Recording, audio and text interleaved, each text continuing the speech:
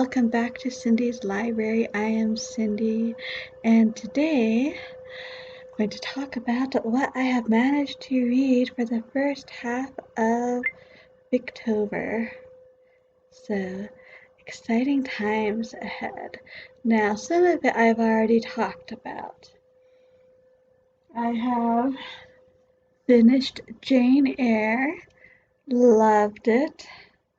Jane Eyre is a story, of Jane Eyre from when she was a little girl through school years to basically her first real job as a governess.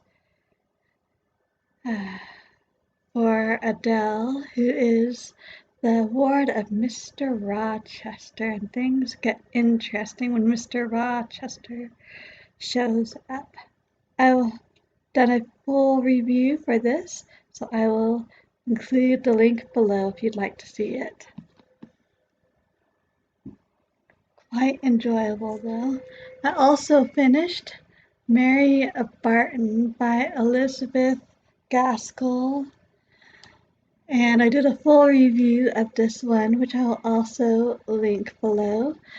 But to put it in short, Mary Barton is the main character, though we start 4 years or so prior to the main plot, with John Barton, who is Mary's father.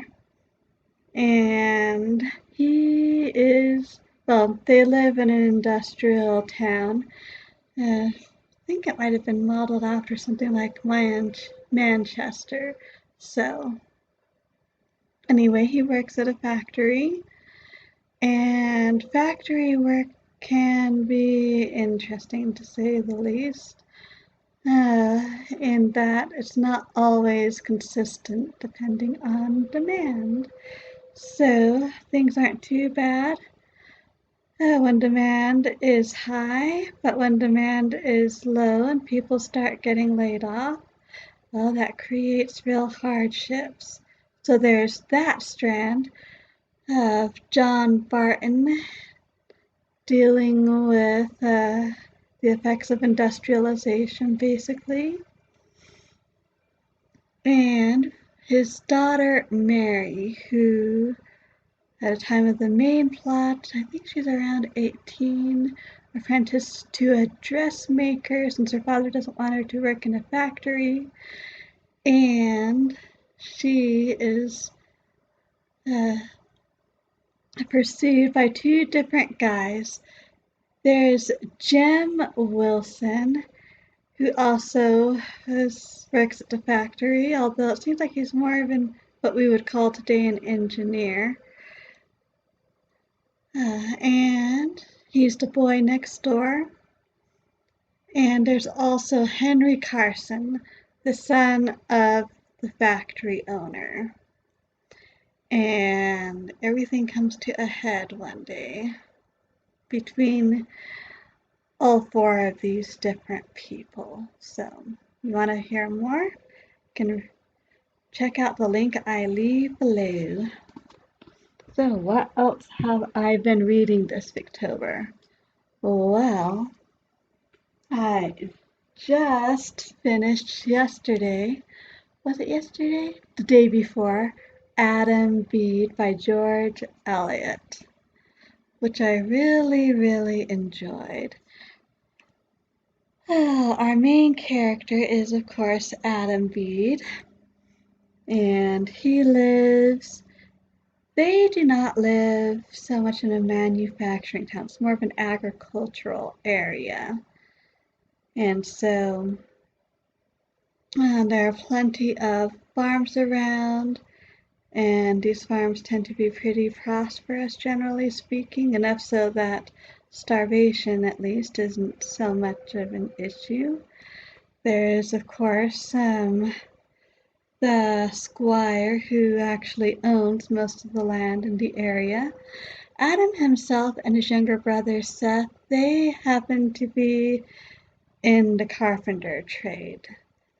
They're basically journeymen at this point, but Adam in particular is extremely good at what he does.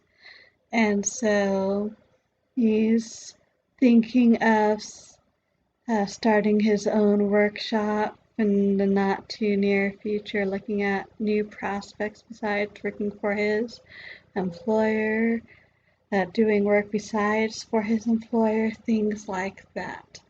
So, you've got Adam, you've got Seth, his younger brother, who is a bit quieter and not as brilliant, although he is most diligent and he is a most sincere Methodist, which is important because he is in love with the Methodist preacher Dinah, who lives in a place it's a bit of a ways. It's not exactly near. And she works at the factory in that area, but in between she does lots of preaching and things like that. And Seth is in love with Dinah. But Death does not feel called to be married. But Dinah does not feel called to be married to Seth at this point. In the meantime, on the other side, you have Hetty Sorrel. She, like Dinah, is the niece of a prosperous farmer tenant who lives in the area. Opposite sides of the family. I think it's Hetty's mother was the sister of Dinah's father or some such thing. Anyway, Hetty is the most beautiful girl in the area, and Adam is heads over heels in love with her.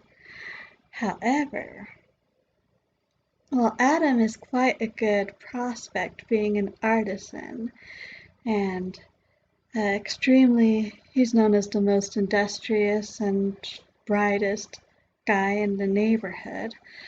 Hetty has her eyes on, well, to be fair, he has shown her attention, and that is the squire's son, Arthur. And so you have all of these relationships mixed up with each other. And, well, let's just say things come to a head at one point, and consequences happen that cause more consequences to happen, and nothing is going to be the same afterwards. And the way things up at the very beginning, no one meant for them to end up that way, but sadly they do. And yeah, I would call it a good ending. Some people have happier endings than others, but I would call it a good ending. But I won't say any more about it than that. But I really, really enjoyed this one. How would I compare it to Daniel Deronda and Middlemarch? Probably enjoyed it a bit more than Daniel Deronda and a bit less than Middlemarch overall. That would be my current thinking, but we'll have to see what I think when things settle.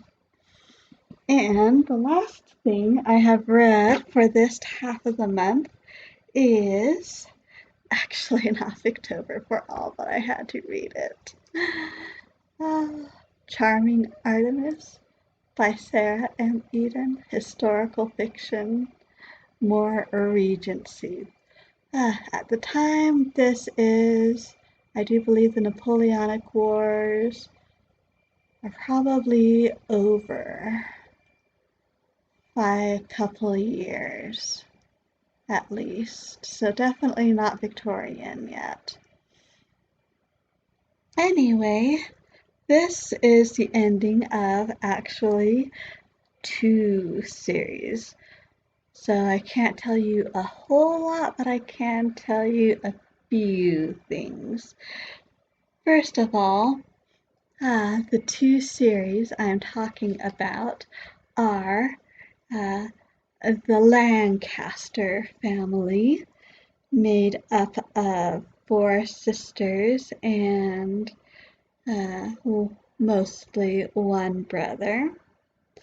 And that one starts with seeking Persephone, the eldest sister. And the other series is the Jonquil family, 7 sons, their friend. Plus there's another novella with friends, sort of, that I talked about earlier. Ah, anyway, and that one, if you're talking about the friend, that one may technically start it. That is Kiss of a Stranger. If you're talking about the oldest of the 7 Jonquil brothers, then that would be Friends and Foes. So, by this time, all of the Lancaster sisters and their brother, except for the youngest, Artemis, and all of the Jonquil brothers, except for Charlie, the youngest, they have all managed to marry for love, which is wonderful. So that leaves Artemis and Charlie. Unfortunately, the first time they met, about 2 years from the beginning of this book, things did not go well at all, and Artemis pretty much despises Charlie Jonquil. As for Charlie Jonquil, Artemis is one of the very few people that he actually dislikes. As generally, he's a pretty easygoing guy.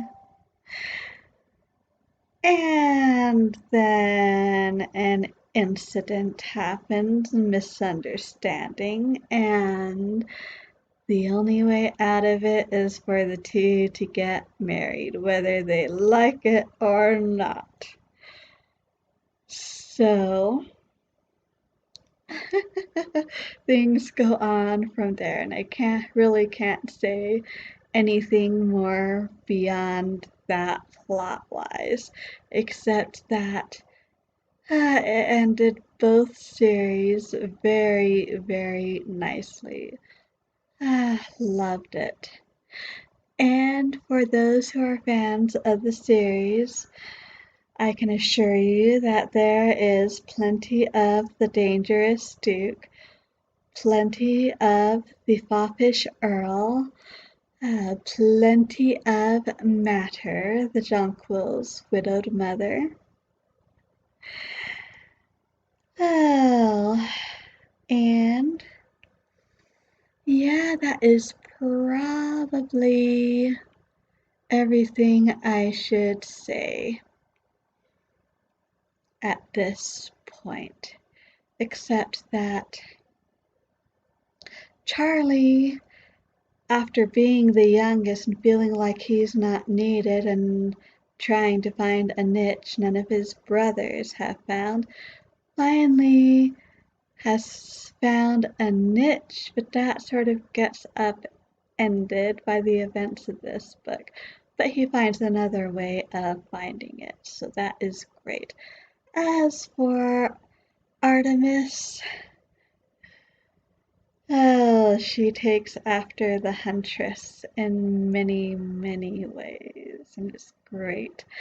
Although she has uh, her own issues that she's dealing with from her childhood. So,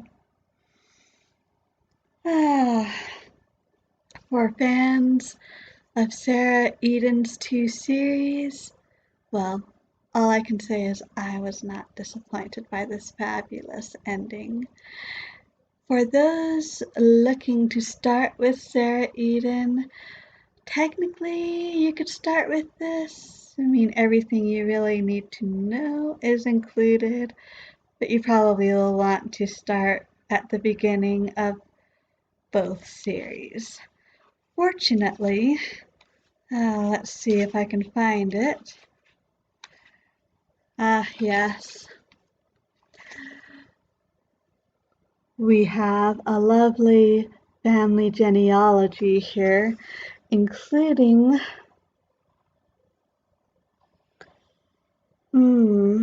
interesting. It doesn't actually say the books with the genealogy, but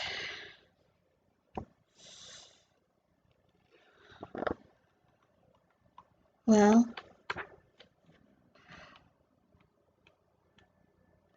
here we go. It's even before that, a list of all the Jonquil books and a list of all the Lancaster books, plus some more, although this is not all that Sarah Eden has written. That is listed here, but it does include everything Regency-ish. So this was a very fun break from Victorian literature, and highly recommend Sarah Eden for those who love sweet romance, sweet historical romance. She's got lots of Regency, but she also has a wee bit of Victorian and a fair amount of American Western. So